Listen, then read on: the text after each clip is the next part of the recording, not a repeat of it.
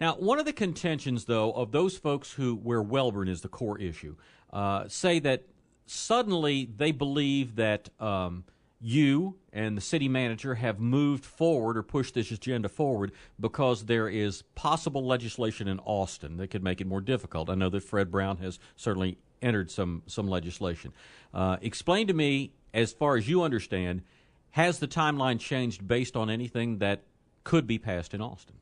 No, not at all. The plan, the comprehensive plan shows annexation for the Wellborn area is, quote, near term.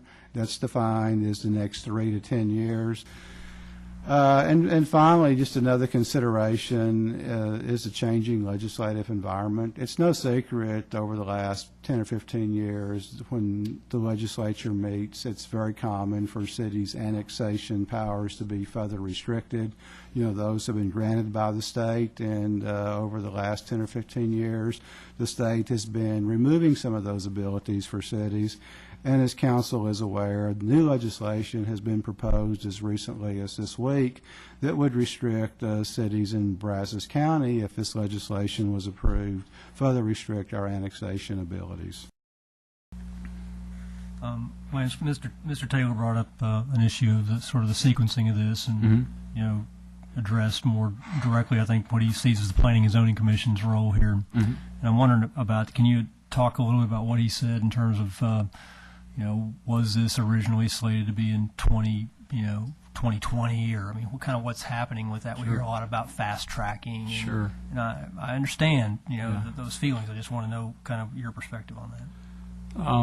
I would agree with his assessment that the comprehensive plan calls for a 3 to 10 time frame.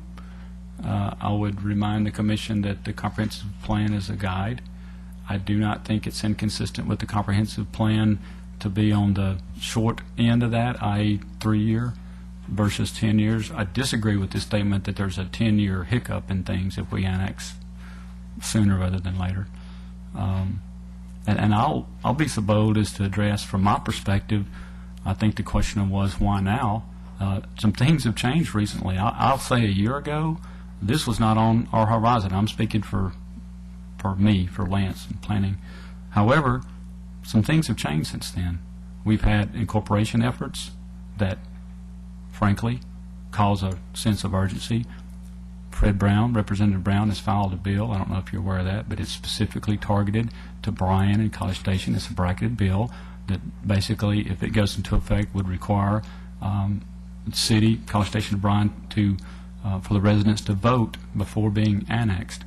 And the lady, I forget her name, I apologize, is correct, and a lot of states don't require that. I mean, they do require the vote, but other states provide financial assistance to cities. Other states allow land use control in the county. Texas does not do that. What Texas has traditionally done is allow cities the power to take care of themselves, i.e. through annexation. So there's some differences in laws and states, and I concede all that. I will say that I don't think it's inconsistent to look at this area for annexation.